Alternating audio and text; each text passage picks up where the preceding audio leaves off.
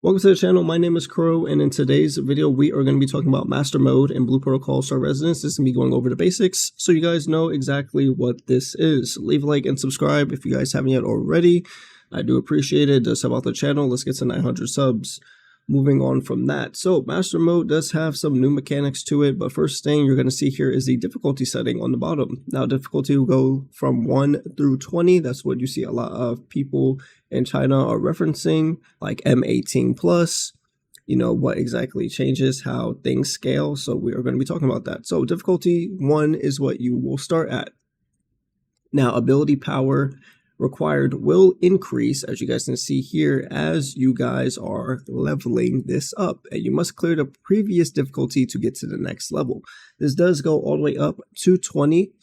Levels 1 through 5 will drop level 60 gear, and then level 6 plus will actually drop 80 gear. Now level 6 will actually start you off at 18k ability power required for you to enter. Now power scaling does actually increase as the difficulties get higher, but the mechanics do end up staying the same.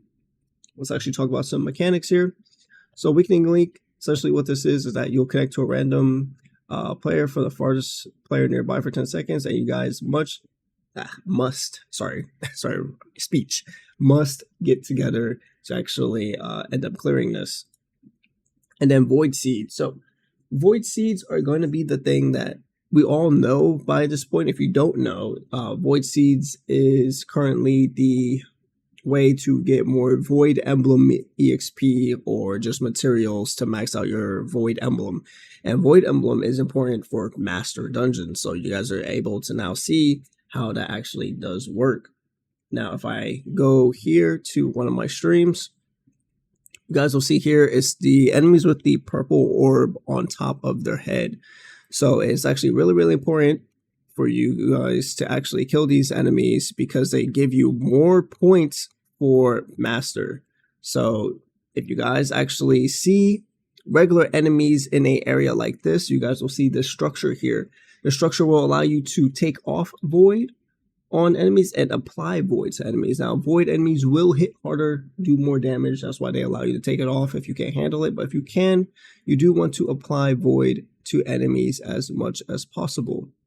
Now the next thing I'm going to show you guys here is actually a critical buff that you guys can get. So as I was doing this Tina dungeon a little bit earlier, okay, you guys will see these corrupted after images here, and what exactly that is, if we go here, after images, essentially there are going to be 6, and if you guys actually destroy them, you get a critical attribute bonus. So they will appear on the screen just like this. This is what they look like, so make sure to keep out an eye for that for a critical attribute bonus.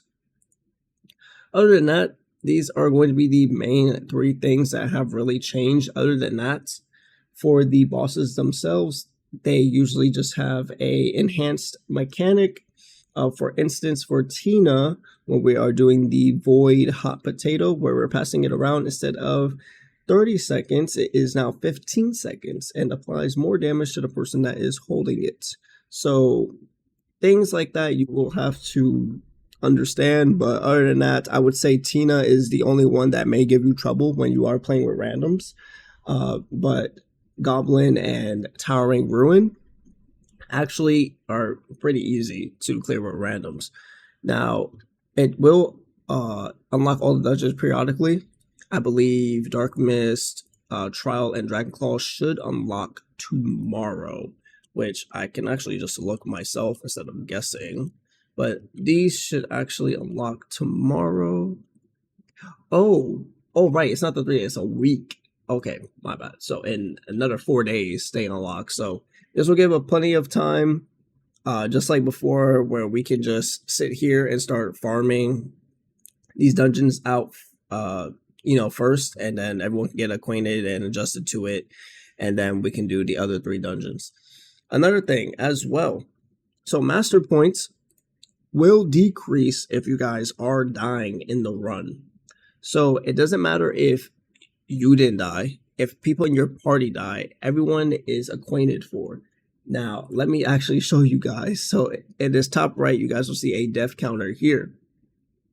This Tina run took me ages to do. As you guys can see, this one Tina run, we had 39 deaths, okay? And it does increase the timer as well for you guys to actually defeat the boss. So yeah, these things actually do matter for master mode, just letting you guys know. Other than that, that is pretty much the basics when it comes to master mode. You're just trying to get as much points as possible to get the avatar frame and the name card. You also are trying to push your dungeons really high to see, you know, the capabilities of your class and what you can actually achieve.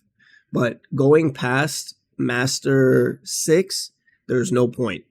It doesn't do anything. It doesn't drop anything like more. You don't get like level 100 gear or anything like that yet until they announce it. Maybe probably Masters. What they'll probably do is like Masters 11 plus you get level 90, and then Masters 16 plus you get level 100. But for right now, this is literally it. You guys just have to go through 1 through 5, get 18k ability score, and then you're able to do 6 plus and get level 80 gear. But you guys can literally just farm level 6. And that is it. So that's going to be going over the master mode for Blue Protocol Star Resonance. You guys can see your best records here and the clear time and whatnot. So I would actually suggest farming Towering Ruin for master points.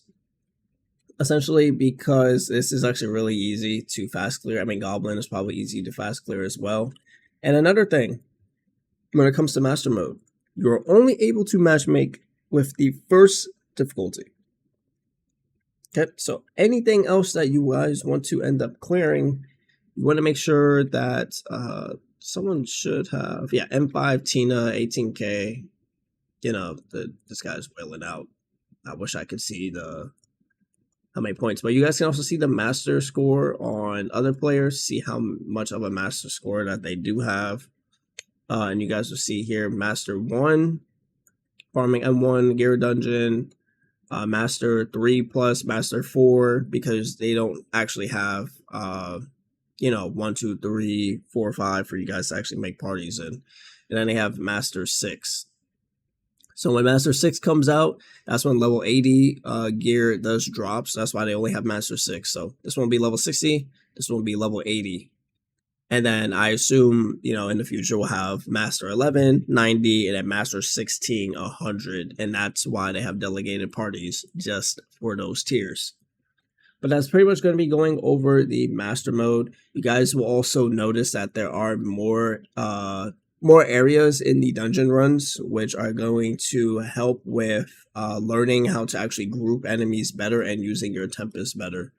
But that is going to be it for today's video. Thank you guys so much for watching. There is some new stuff coming out tomorrow, so I will make a video at reset covering that for you guys.